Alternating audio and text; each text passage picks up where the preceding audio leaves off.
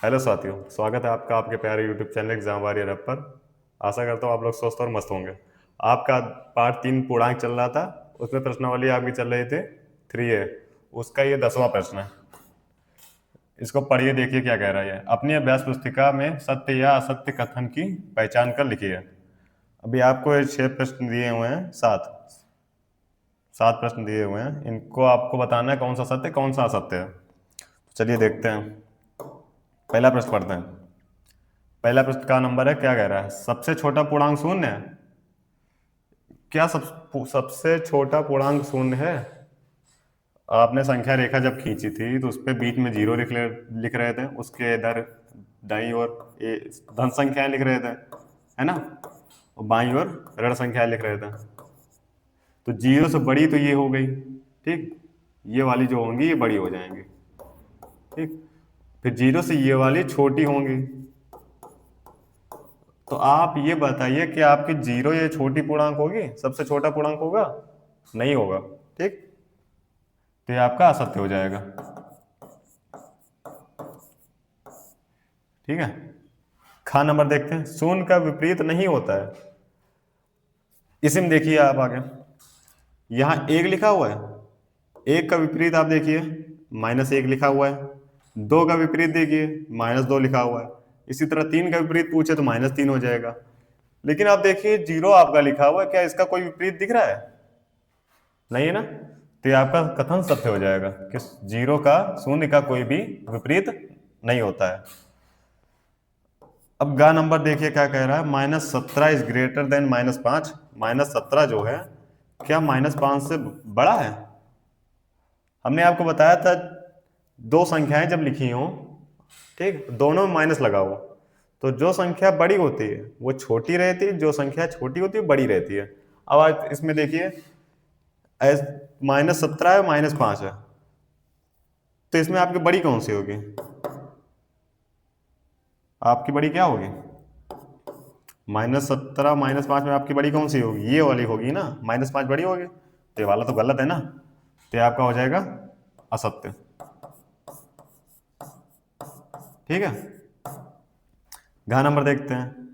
एक धनात्मक पूर्णांक अपने योगात्मक प्रतिलोम के प्रतिलोम से बड़ा होता है। योगात्मक प्रतिलोम आपका क्या था? योगात्मक प्रतिलोम का मतलब होता है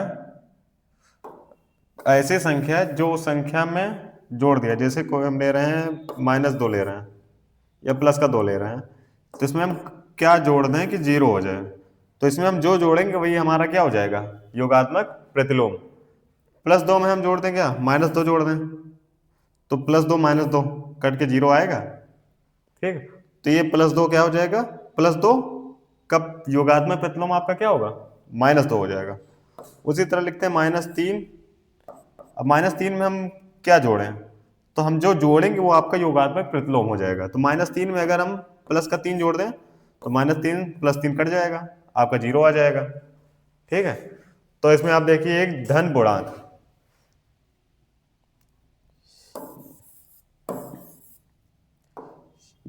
ये कह रहा है एक धन पूर्णांक, घ नंबर है इसका। धन पूर्णांक है, जैसे हम +2 ले लिया, +4 ले लिया, +4 एक धन पूर्णांक हो गया। अब इसका योगात्मक प्रतिलोम आपको पता करना है। योगात्मक प्रतिलोम का मतलब होता है कि जोड़ दें तो शून्य आ जाए। तो इसमें हम क्या जोड़ेंगे? इसमें हम -4 जोड़ दें, तो +4 ये है, प्लस माइनस ये माइनस हो जाएगा, -4 आ जाएगा, कट जाएगा ना। तो जब ये कट जाएगा तो आप ये देखिए +4 था, धन पूर्णांक आपका ये था, ठीक। इसका योगात्मक प्रतिलोम -4 है। तो अब आपको इसमें बताना है कौन सा बड़ा है। आपका योगात्मक प्रतिलोम बड़ा है ना, +4 नहीं, ये पूर्णांक जो आपका दिया था धन पूर्णांक, धन पूर्णांक आपका बड़ा है ना। तो इसमें क्या कह रहा है? एक धनात्मक पूर्णांक अपने योगात्मक प्रतिलोम से बड़ा होता है। तो अब इसका योगात्मक प्रतिलोम क्या था? -4 था, पूर्णांक क्या था? +4। तो जो पूर्णांक है वो बड़ा है ना, धनात्मक पूर्णांक बड़ा है, तो ये आपका हो जाएगा सत्य, ठीक। अब ये अगला नंबर देखते हैं। एक ऋणात्मक पूर्णांक, ऋणात्मक पूर्णांक ले लेते हैं, 3 ले लेते हैं, -3 है पूर्णांक अपने योगात्मक प्रतिलोम, इसका योगात्मक प्रतिलोम क्या हो जाएगा -3 का, इसमें क्या जोड़ेंगे तो आपका 0 आएगा, प्लस का 3 जोड़ेंगे तभी तो आपका शून्य आएगा।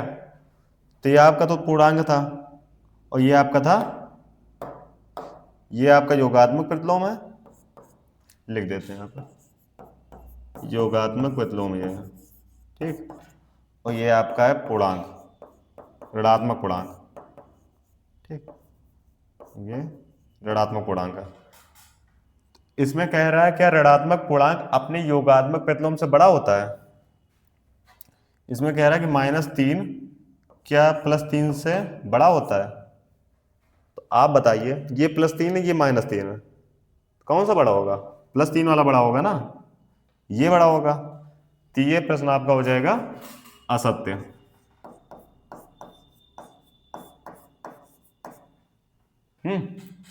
अब देखते 4 नंबर, शून्य एक पूर्णांक नहीं है। अभी आपने यही देखा ही है, शून्य था, उसके बाद इधर धनात्मक संख्या इधर ऋणात्मक संख्या ली जा रही थी, तो शून्य भी तो एक पूर्णांक ही तो है। ये तो ऐसे ही गलत बोल रहा है, बहुत झूठा ये तो असत्य हो जाएगा, ठीक है।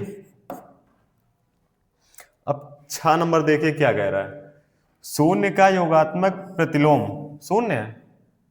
अब जैसे हमने शून्य ले लिया, ठीक, शून्य में हम क्या जोड़ेंगे? शून्य होगा, शून्य में शून्य जोड़ देते हैं, शून्य का योगात्मक प्रतिलोम तो हमारा शून्य हो जाएगा। हाँ, यानी कि ये बात सत्य है, ठीक।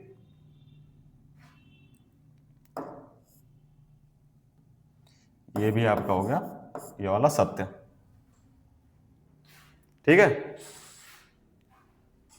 ये आपका 10वां प्रश्न था अभ्यास 3A का, ठीक। ये 10वां प्रश्न भी आपका खत्म हो चुका है। आशा करता हूँ सभी आपको अच्छे समझ में आए होंगे। आप अपनी पढ़ाई को अच्छे तरीके से करते रहिए और हम भी आपकी पढ़ाई को बेहतरीन बनाने का प्रयास करते रहेंगे। धन्यवाद।